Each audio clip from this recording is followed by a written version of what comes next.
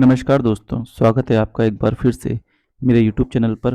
दोस्तों, आज के इस वीडियो में मैं आपके लिए भारतीय संविधान के टॉप 50 महत्वपूर्ण अनुच्छेद लेकर आया हूं। दोस्तों, इसके आज के इस वीडियो में जो भी क्वेश्चंस हैं वो आप किसी भी वनडे एग्जाम की यदि आप तैयारी कर रहे हैं तो सभी परीक्षाओं की दृष्टि से काफ़ी महत्वपूर्ण होने वाले हैं।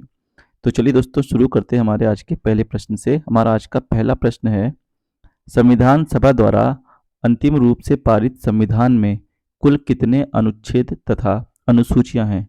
तो दोस्तों, संविधान सभा द्वारा जब संविधान को पारित किया गया तो उसमें 395 अनुच्छेद और 8 अनुसूचियां थी। तो इस हिसाब से जो हमारा क्वेश्चन का ऑप्शन है वो ऑप्शन ए है, ये एकदम करेक्ट आंसर हो जाएगा। इसी प्रकार से दोस्तों अगला प्रश्न देखते हैं हम। अगला प्रश्न है, वर्तमान समय में भारतीय संविधान में गणना की दृष्टि से कुल कितने अनुच्छेद तथा अनुसूचियां हैं? दोस्तों, वर्तमान समय की अगर मैं बात करूं तो वर्तमान में 395 अनुच्छेद हैं और टोटल 12 अनुसूचियां हैं। तो ऑप्शन सी जो है दोस्तों वो हमारा सही आंसर हो जाएगा। अगला प्रश्न देखते हैं, वर्तमान समय में भारतीय संविधान में धाराओं की कुल संख्या कितनी है? तो दोस्तों, धाराओं की कुल संख्या भी जो है वो 395 है। Option B is the correct answer. अगला प्रश्न है, इंडिया अर्थात भारत राज्यों का संघ होगा, यह संविधान के किस अनुच्छेद में अंकित है? तो दोस्तों, यह अनुच्छेद 1 में बताया गया है। ऑप्शन ए इसका सही आंसर हो जाएगा। अगला प्रश्न है, भारतीय संविधान के किन अनुच्छेदों में नागरिकता संबंधी प्रावधान है? तो दोस्तों, नागरिकता संबंधी प्रावधान भारतीय संविधान के अनुच्छेद 5 से लेकर 11 तक है और इसे भाग 2 में रखा गया है। तो ऑप्शन डी जो है दोस्तों वो हमारा सही आंसर हो जाएगा। अगला प्रश्न देखते हैं, भारतीय संविधान के किन अनुच्छेदों में नागरिकता संबंधी प्रावधान है? दोस्तों, अभी बताया था नागरिकता संबंधी प्रावधान अनुच्छेद 5 से 11 तक है। ये ऑप्शन इसमें बी सही हो जाएगा। ठीक है, अगला क्वेश्चन देखते हैं, निम्नलिखित में से किन अनुच्छेदों द्वारा भारतीय संविधान नागरिकों को मूल अधिकार निश्चितता प्रदान करता है? तो दोस्तों, ये करता है अनुच्छेद 12 से लेकर 35 तक। जो मूल अधिकार हैं वो हमारे 12 से लेकर 35 तक है। और दोस्तों, ये किस भाग में है? तो ये भाग 3 में है। ये भी आपको याद रखना है, भाग 3 में मौलिक अधिकार या मूल अधिकार दिए गए हैं। अगला प्रश्न है, नौकरियों तथा शैक्षणिक संस्थाओं में समाज के कमजोर वर्ग के लिए आरक्षण उपलब्ध कराने के लिए केंद्र सरकार को संविधान का कौन सा अनुच्छेद अधिकार प्रदान करता है? तो दोस्तों, ये प्रदान करता है अनुच्छेद 16। ठीक है, ऑप्शन सी इसका सही आंसर हो जाएगा। इसमें दोस्तों लोक सेवा में प्रत्येक व्यक्ति को समान अवसर दिया जाएगा, ये कहा गया है। लोक सेवा में प्रत्येक व्यक्ति को समान अवसर। ठीक है, ये किस में है? आर्टिकल 16 में कहा गया है। ठीक है, चलिए अगला प्रश्न देखते हैं दोस्तों। हमारा 9वां प्रश्न है, भारतीय संविधान का कौन सा अनुच्छेद अस्पृश्यता का उन्मूलन करता है तथा किसी भी रूप में इसके आचरण का निषेध करता है? तो दोस्तों, जो अस्पृश्यता है वो भारतीय संविधान के अनुच्छेद 17 में है। ऑप्शन ए इसका सही आंसर हो जाएगा। अगला प्रश्न है, भारतीय संविधान का कौन सा अनुच्छेद राष्ट्रपति के पद के लिए पुनः निर्वाचन की योग्यताएं निर्धारित करता है? तो दोस्तों, राष्ट्रपति को दोबारा निर्वाचित ठीक है होने के लिए जो योग्यताएं हैं वो अनुच्छेद 57 में बताई गई हैं। अगला प्रश्न है, किस अनुच्छेद के अंतर्गत भाषण एवं अभिव्यक्ति की स्वतंत्रता के अधिकार की गारंटी दी गई है? तो दोस्तों, भाषण और अभिव्यक्ति की जो स्वतंत्रता है ये आर्टिकल 19 में दी गई है। ऑप्शन सी इसका करेक्ट आंसर हो जाएगा। अगला प्रश्न है, निम्नलिखित में से किस अनुच्छेद में प्रेस की स्वतंत्रता दी गई है? तो दोस्तों, प्रेस की स्वतंत्रता अनुच्छेद 19 के फर्स्ट में है। ठीक है, चलिए अगला प्रश्न देखते हैं, मौलिक अधिकार के अंतर्गत कौन सा अनुच्छेद बच्चों के शोषण से संबंधित है? तो दोस्तों, बच्चों के शोषण से संबंधित जो अनुच्छेद है वो अनुच्छेद 24 है। निम्नलिखित में से किस अनुच्छेद में अल्पसंख्यकों के हितों के संरक्षण की व्यवस्था है? दोस्तों, अल्पसंख्यकों के हितों के संरक्षण की व्यवस्था अनुच्छेद 29 में है। ऑप्शन डी इसका सही आंसर हो जाएगा। अगला प्रश्न है, कौन से अनुच्छेद के अंतर्गत भारत का सर्वोच्च न्यायालय नागरिकों के मौलिक अधिकारों की रक्षा करता है? तो दोस्तों अनुच्छेद 32। ठीक है, इसे बोलते हैं संवैधानिक उपचारों का अधिकार, और इसे भारत संविधान की आत्मा कहा है डॉक्टर भीमराव अंबेडकर जी ने। ठीक है, ये भी आपको याद रखेंगे। इसके तहत सुप्रीम कोर्ट को 5 प्रकार की रिटें निकालने की शक्तियां हैं। अगला प्रश्न है, भारतीय संविधान के अंतर्गत कल्याणकारी राज्य की अवधारणा निम्नलिखित में से किस अनुच्छेद में वर्णित है? तो दोस्तों ये वर्णित है अनुच्छेद 39 में। ऑप्शन बी इसका करेक्ट आंसर हो जाएगा। अगला प्रश्न है, भारतीय संविधान के अनुच्छेदों में राज्य के नीति निर्देशक तत्वों का उल्लेख है? तो दोस्तों नीति निर्देशक तत्वों को हम बोलते हैं शॉर्ट में डीपीएसपी। ठीक है, और ये भारतीय संविधान के किस अनुच्छेद में है? 36 से लेकर के 51 तक है। ठीक है, और ये किस भाग में है? तो ये भाग 4th में है, ये भी आपको याद रखना है। कहाँ से लिए गए हैं दोस्तों? तो ये लिए गए हैं आयरलैंड से। ठीक है, चलिए, कौन सा अनुच्छेद राज्य सरकारों को ग्राम पंचायत के गठन का निर्देश देता है? तो दोस्तों ये देता है अनुच्छेद 40।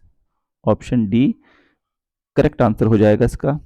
अगला है, 42वें संशोधन द्वारा संविधान के किस अनुच्छेद में मौलिक कर्तव्यों को जोड़ा गया है? तो दोस्तों मौलिक कर्तव्यों को जो जोड़ा गया है वो अनुच्छेद 51A में जोड़ा गया है।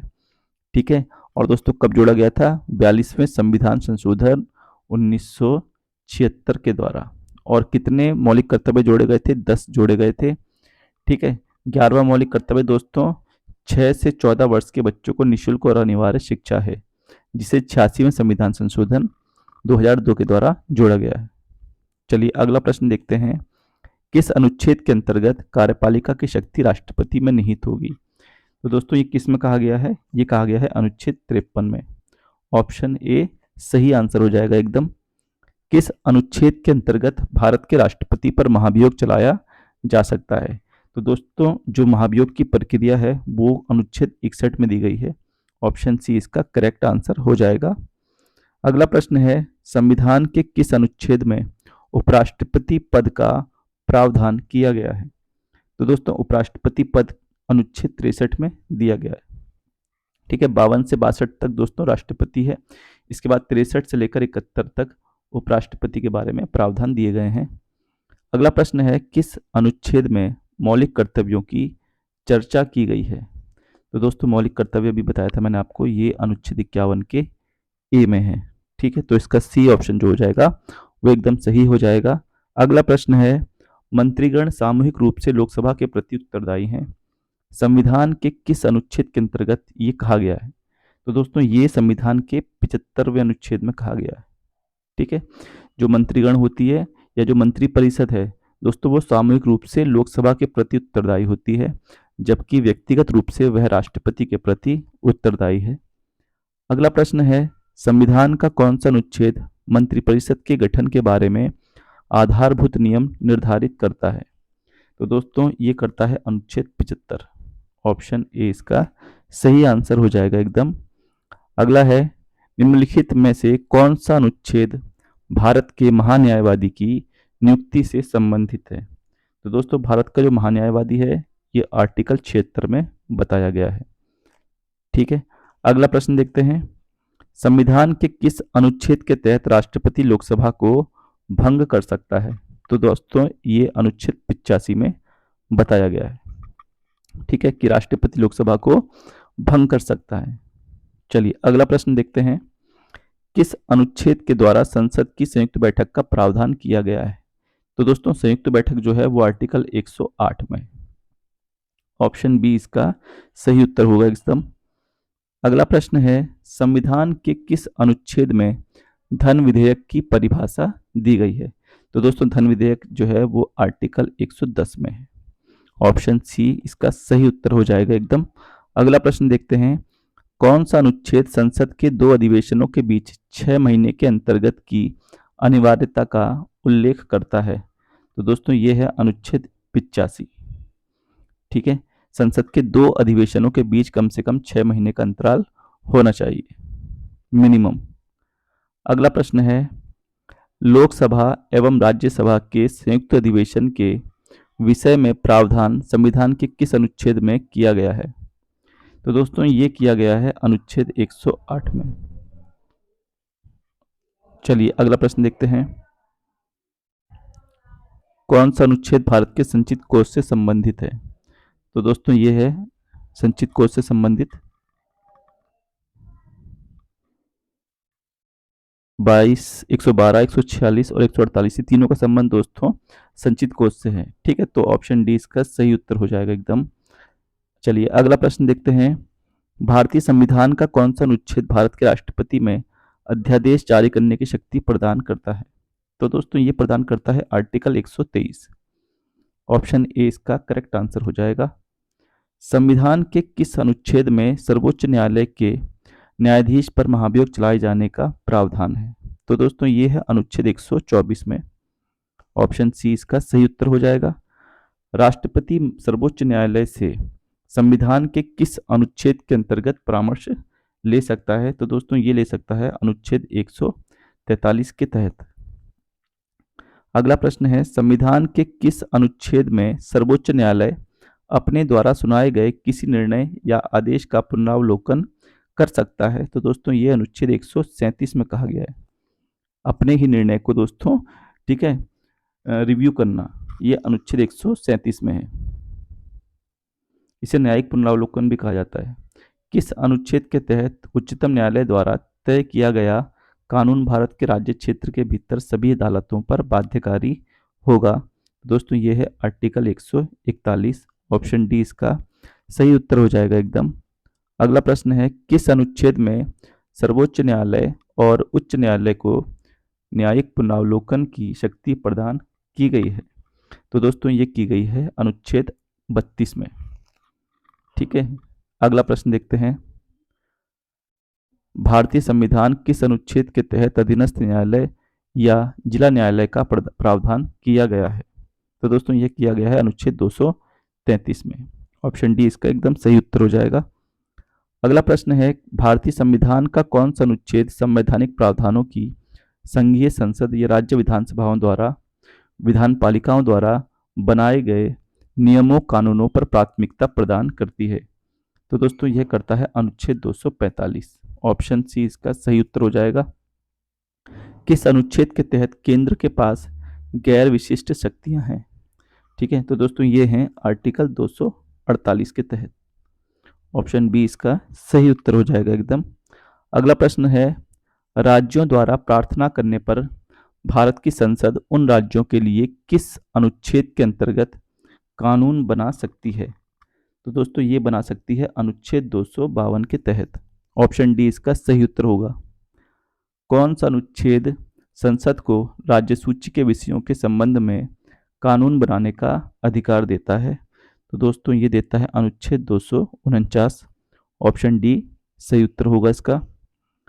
कौन सा अनुच्छेद संसद को अंतर्राष्ट्रीय समझौतों को लागू करने के लिए विधि निर्माण करने की शक्ति प्रदान करता है? तो दोस्तों यह करता है अनुच्छेद 253। 44 का बी जो है वो एकदम सही उत्तर हो जाएगा। अगला प्रश्न है, भारतीय संविधान के किस अनुच्छेद में केंद्र राज्य के प्रशासनिक संबंध उल्लिखित है?